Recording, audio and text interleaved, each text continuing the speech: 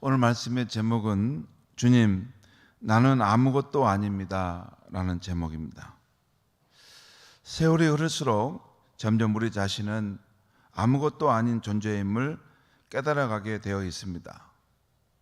왜냐하면 우리를 지은 하나님께서 하나님만이 우리 생명의 근원이시고 우리는 그의 생명을 의지하여 사는 존재임을 계속해서 깨닫게 하시기 때문입니다.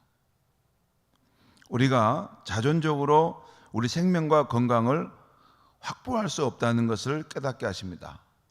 자존적이란 말은 자기의 힘과 능력으로 살아갈 수 있다는 것을 말합니다. 그런데 우리가 자기 힘과 능력으로 그것으로는 우리의 생명과 건강을 확보할 수 없다는 것을 깨닫게 하신다는 것입니다. 그리고 자존적으로 우리 자녀의 문제를 잘되게 할 수 없다는 것을 깨닫게 하십니다. 우리는 자존적으로 우리 사업의 문제를 잘되게 할 수 없다는 것을 깨닫게 하십니다. 또한 우리는 자존적으로 우리가 사는 지역과 우리가 함께할 사람을 선택할 수 없다는 것도 깨닫게 하십니다. 그 사람하고 살고 싶지 않은데 그걸 피할 수 없습니다. 내가 어느 곳에 사는지, 살아가야 할지, 또 내가 누구와 살아야 할지, 그것을 내가 원치 않아도 살도록 하신다는 것입니다. 우리는 하나님께서 생명을 주셔야 살 수 있고 또 건강을 주셔야 건강하게 살 수 있습니다. 연세대 명예교수인 김영석 교수님을 보면 103세가 되셨는데도 요즘도 건강한 모습으로 매스컴에 나와 강연하고 간증하는 것을 보게 됩니다. 야, 저분은 하나님께서 건강의 축복을 주셔서 더 오랫동안 쓰임 받으며 살게 하시는구나, 그런 생각을 해봤습니다. 103세까지 그렇게 정정한 모습으로 사는 일 절대 쉽지 않습니다. 그런데 103세가 됐는데도 이렇게 정정하게 이렇게 앉으셔서 사람들과 대화하시고 또 자기의 신앙을 이렇게 전하는 것을 보았습니다. 우리가 가진 생명도, 건강도, 사업도, 또 우리가 가진 사회적인 지위도 우리가 노력한다지만 하나님께서 주시지 않으면 잘 될 수 없습니다.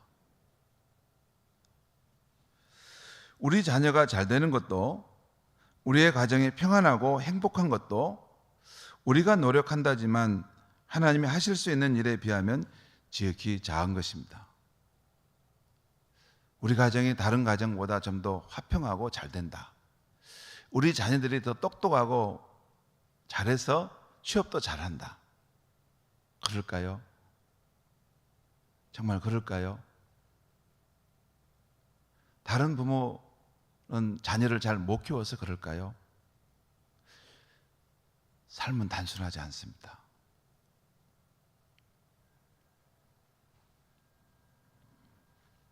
우리가 참으로 노력하지만 우리의 자녀가 잘 되고 우리의 가정이 평안하고 행복한 것은 우리가 하는 것과 때로는 관계없이 더 크고 더 큰 원인은 다른 데서 올 때가 있습니다. 여러분, 그런 그림이 있어요. 그 강 하구에서 사람들이 이렇게 막 물고기를 잡고 거기서 이제 뭣도 이렇게 만들고 막 행복하게 한다고 하고 있어요. 근데 저 뒤에 그 강 상류에서는 지금 큰 댐이 무너지려고 하는 상황 속에 있는 것입니다. 근데 이 밑에서 자기들끼리 이렇게 우리가 이렇게 하면 여기 안전하게 살고 있고 여기서 우리가 하면 우리 행복하게 살 것이다 하는 거예요. 눈앞에서 요 조그만한 거 가지고. 근데 저 상류에서는 어마어마한 지금 댐이 무너지려고 하는 상황인데 여기서 우리가 잘한다고 해서 될 수 있을까요? 그런 건 아니죠. 그러면 여기서 지금 행복하고 잘 되는 것은 우리가 잘해서 그런 걸까요? 아닙니다. 저 위에 있는 큰 댐이 있어서 그것을 막고 있었기 때문에 우리가 지금 잘 되고 있는 것일 수도 있어요.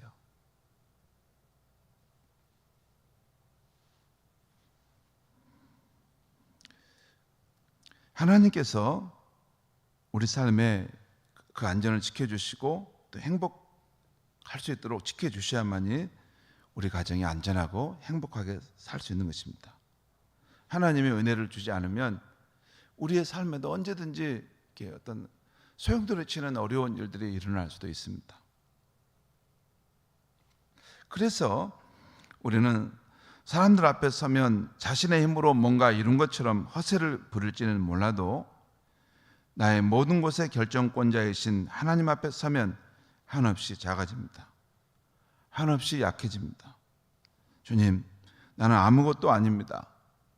나는 오직 주님의 생명으로 살고 주님의 은혜 덕분에 삽니다라고 고백하지 않을 수 없습니다. 이 영원한 진리를 깨달은 사람은 세상을 살 때 자신이 실력자인 것처럼 뽐내지 않습니다. 허장성세를 부리지 않습니다. 오히려 사도 바울처럼 나의 나된 것은 오직 주님의 은혜입니다. 또한 누가복음 17장에 나온 종처럼 주인이 명령한 것을 다 행한 후에 주님, 나는 무익한 종입니다. 주님의 종으로서 마땅히 해야 할 일을 한 것뿐입니다. 라고 고백하는 것입니다. 예수님의 이 비유 말씀이었어요.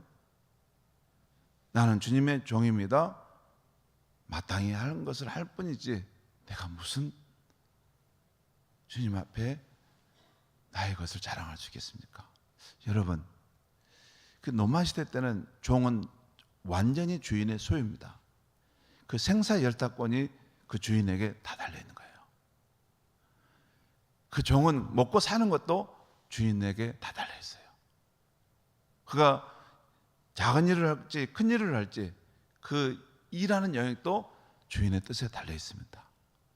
그런데 가만히 생각해 보면 생명의 근원인 하나님으로부터 우리가 나오지 않았습니까? 우리가 먹고 살아가는 것도 하나님이 일용할 양식을 주어서 사는 거 아닙니까? 우리는 사실 그 하나님의 종 아닙니까? 우리를 자녀 삼아 주셨기 때문에 그 영광을 입은 것이지만 우리는 하나님의 피조물이고 전적으로 하나님이 생명 주셔서 살고 있는 것입니다. 너는 생명으로 존재하라 라는 말씀을 주셨기 때문에 사는 것이지 그런 부르심이 없었다면 우리는 존재하지 않습니다. 존재하지 않습니다. 그분이 존재케 하셨고 살아가게 하시기 때문에 지금 우리는 살고 있는 것입니다. 그 주인이 무엇을 시켰을 때 주인이 주신 생명으로, 주인이 주신 기회로, 주인이 주신 그 먹을 것을 먹고 그 일을 했으니 무엇을 내가 자랑할 것이겠습니까? 그래서 예수님 말씀하세요. 그 주인이 그 종에게 뭐 감사할 것이 있겠느냐? 당연히 그렇게 하는 것인데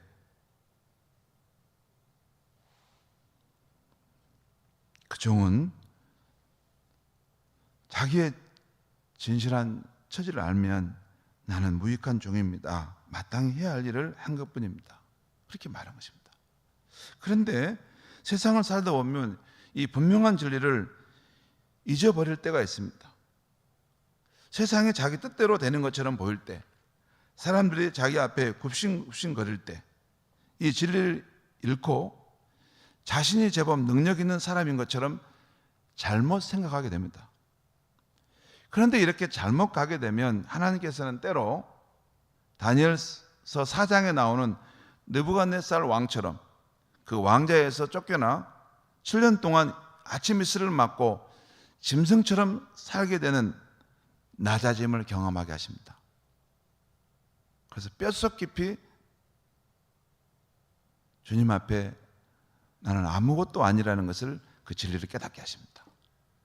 뭐 그만한 가치가 없으면 그런 시험도 하지도 않습니다. 근데 이 사람을 교약에 쓰시고자 하실 때는 뼛속 깊이 주님이 전부이고 나는 아무것도 아니라는 것을 깨닫게 하셔서 그를 다시 세워서 쓰신다는 것입니다. 오늘 아침 말씀에는 두 세력 사이의 전쟁으로 많은 사람이 죽는 비극이 나오고 있습니다. 특별히 꽃다운 젊은 청년들이 헛되게 죽어간 이야기가 나옵니다. 지금 러시아가 벌이는 전쟁으로 많은 젊은이들이 죽어가고 있는 것처럼 말입니다. 그런데 사실 오늘 이 사건의 발단은 한 사람의 허장성세로 시작되고 있다는 거예요. 한 사람의 그 허세, 자기를 뽐내려고 하는 그런 태도로 인해서 이게 지금 일어나는 거예요. 12절부터 16절까지 말씀을 보겠습니다. 12절, 16절까지 제가 읽으면서 가면 설명하겠습니다. 네리의 아들 아브넬과 사울의 아들 이스보셋의 신복들은 마하나임에서 나와 기브온에 이르고, 여기서 아브넬은 사울의 군대 장관으로 가장 최고 사령관입니다. 그 아브넬의 군대가 기브온에 일어났다는 것입니다.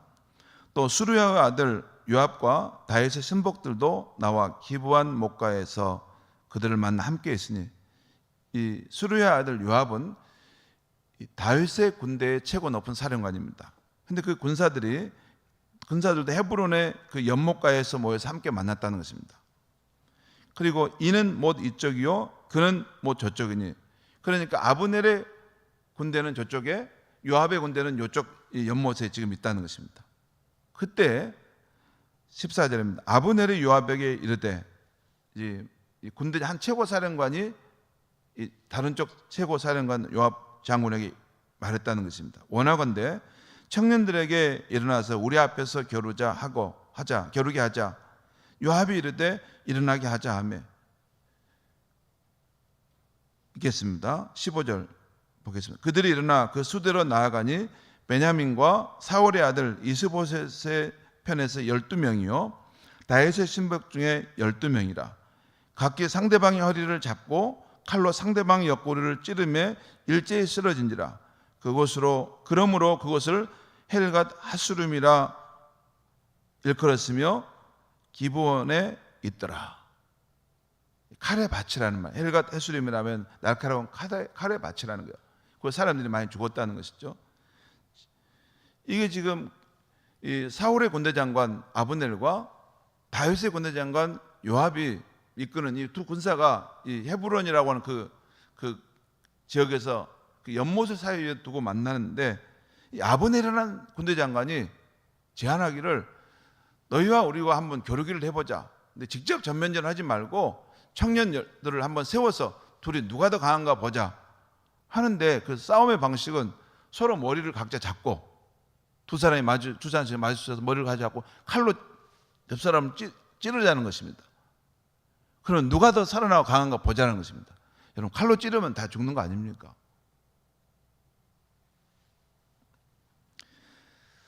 그래서 그 22명의 청년들이 그 자리에서 바로 다 죽게 된 것입니다. 사울의 군대 장관 아브넬과 다윗의 군대 장관 요압이 만나서 자존심 대결을 벌인 것입니다. 먼저 아브넬이 자신의 실력을 과시하는 차원에서 제안한 것이에요. 요압 장군, 누가 한번 강한가 한번 볼까? 자네와 우리 군대 이렇게 젊은 사람들을 한번 뽑아서 한번 해보지.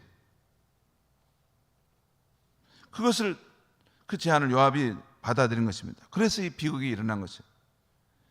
이 젊은 청년들 각각 12명, 22명이 이 일로 죽게 되고, 그러면서 상황이 급변해서 두 군사가 이렇게 전쟁을 치르게 되었습니다. 그래서 전체 마지막 보면 380여 명의 사람이 이 일로 죽임을 당했다라는 이야기가 끝에 나오죠.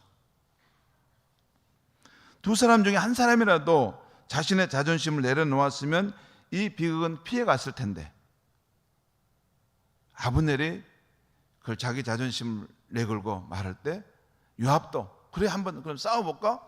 그렇게 해서 그 많은 생명이 죽게 된 것이죠. 그때는 아브넬이나 요압 장군 둘 다 한참 잘 나가고 있었던 때입니다. 여러분, 성경 맥락을 제가 설명 못하는데, 아브넬은 사울의 군대 장관으로, 이제 사울이 죽었어요. 죽었기 때문에 그의 최고 사령관인 그 사람은 왕이 죽었으니 자기가 가장 큰 실권을 갖지 않겠습니까? 뿐만 아니라 다윗의 군대 장관이었던 요압도 여러 가지 전공을 많이 세웠기 때문에 굉장히 그 힘을 가지고 있는 때였습니다. 특별히 사울의 군대 장관인 아브넬의 경우는 자기 힘으로 사울 왕의 뒤를 이어 이스보셋을 왕으로 세웁니다. 나중에 이스보셋이 자기의 허물을 말하는 것을 보고 분개하면서 사울의 군대 장관 아브넬은 내가 너를 왕으로 세워줬는데 감히 내게 이럴 수 있느냐라고 하면서 위협합니다. 그러면서 은밀하게 다윗 왕을 찾아와서 내가 이제 당신에게 이 남은 이스라엘 나라의 모든 이 군사와 백성들을 다 바치겠습니다 하고 약속을 합니다. 마치 자신의 뜻대로 할 수 있는 것처럼 장담합니다. 하지만 곧 아브넬은 허무하게 요압 장군의 칼에 찔러 죽임을 당합니다. 그냥 허무하게 죽어요. 둘이 만났는데 갑자기 칼을 숨겼다 찌르니까 바로 그 앞에 창자가 터져서 죽게 됩니다. 쏟아내고. 그 본문이 뒤에 가면 나와요. 아무것도 아닌 존재이면서 자신이 마치 하나님인 것처럼 허세를 부렸던 사람의 비참한 종말인 것이죠. 성도 여러분, 하나님께서는 우리를 위하시기에 때로 고난을 통해 우리의 존재가 부서져감을 경험하게 하십니다.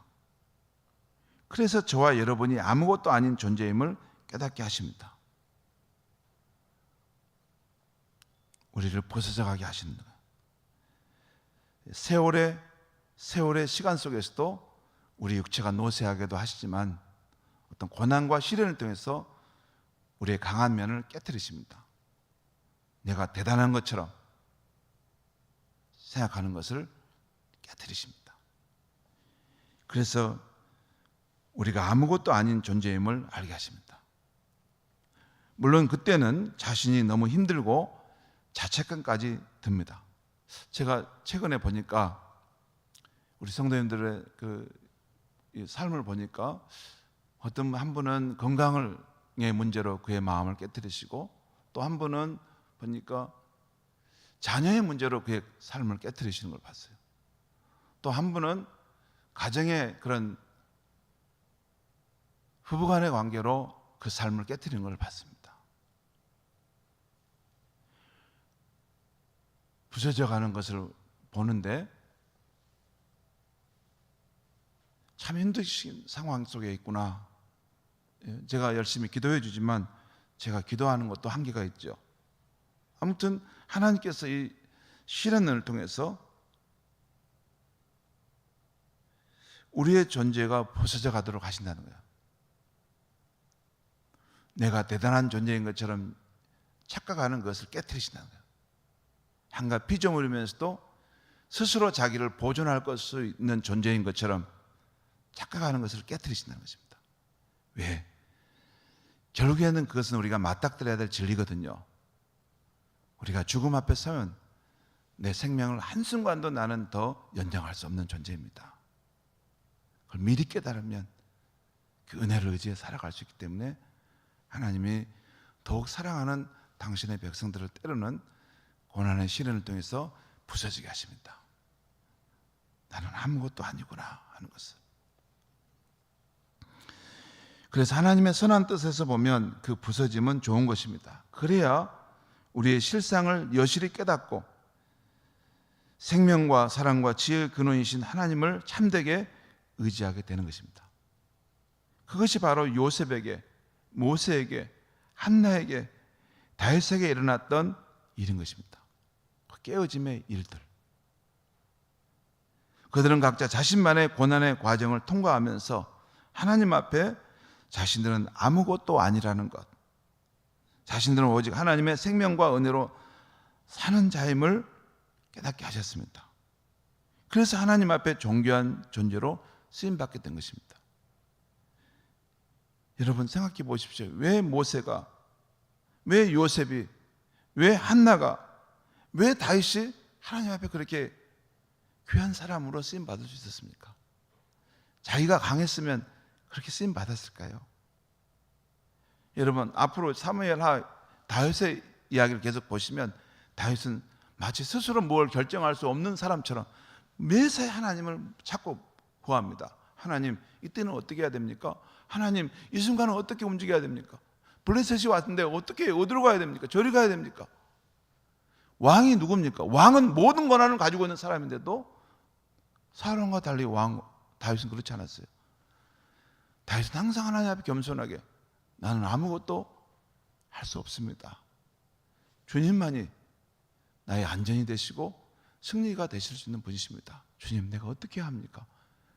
그가 자신을 낮추고 주님을 찾고 구할 때마다 그는 계속해서 승리하는 삶을 살았던 것입니다.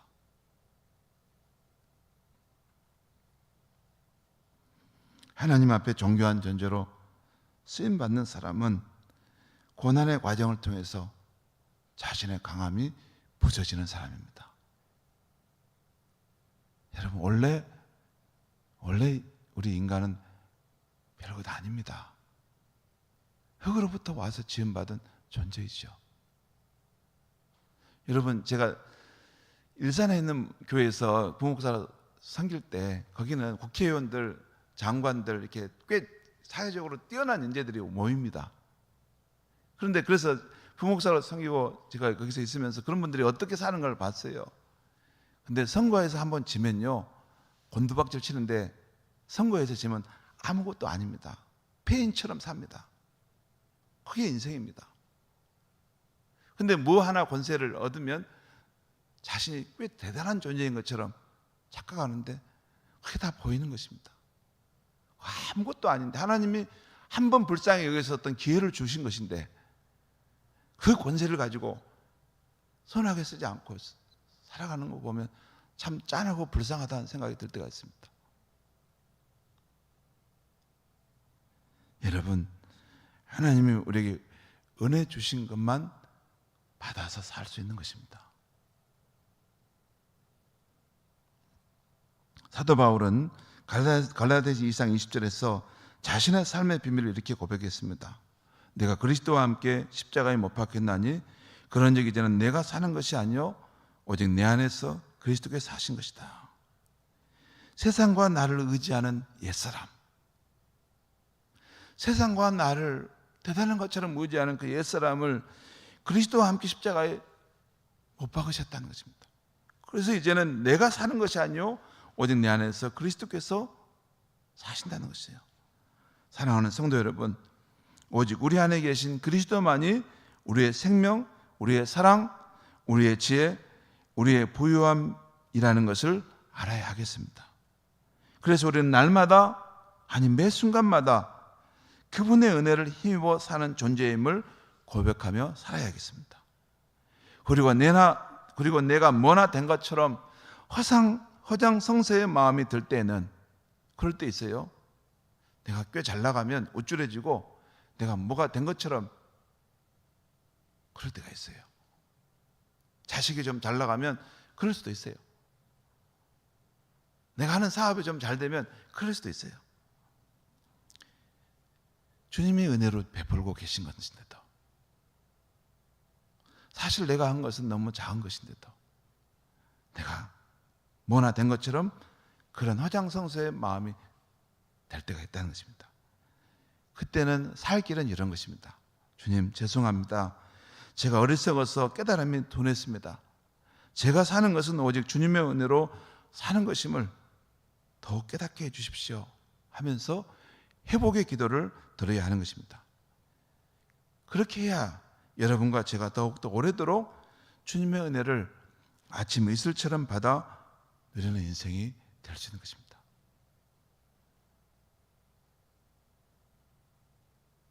기도하겠습니다. 하나님 아버지, 우리는 생명의 근원인 하나님께로부터 그 생명을 받아 살고 있으면서도 하나님이 지으신 이 세상, 이 하늘과 땅 안에 있는 모든 것을 거저 누리고 살면서도 또 하나님께서 우리에게 좋은 기질을 주시고 근면하는 삶의 태도를 주시고 또 우리가 살아갈 때 살 수 있는 그러한 환경을 주셨음에도 불구하고 내가 스스로 무엇을 잘해서 산 것처럼 늘 생각하고 잘못 생각할 때가 많습니다. 하나님 아버지, 우리가 성실할 수 있었다면 그것도 하나님이 주신 좋은 성품 때문에 그런 것입니다. 우리가 지혜로울 수 있어서 남보다 뛰어날 수 있었다면 그것도 하나님이 내게 좀 더 좋은 머리를 주셔서 그런 것입니다. 내가 남보다 사업을 잘한다는 것은 내게 사업의 수완을 하나님이 더 지혜를 주셔서 깨닫게 해주신 것인 줄 믿습니다. 하나님 아버지, 우리의 실상을 여실히 깨달을 수 있도록 도와주시옵소서. 특별히 시련과 고통을 겪고 있는 우리 성도님이 있다면 그 고통의 시간이 오히려 내가 잘못 생각했던 것들을 깨트리면서 나를 부서뜨리는 것임을 알게 하여 주시옵소서. 내가 주님 앞에 섰을 때 나는 아무것도 아닙니다.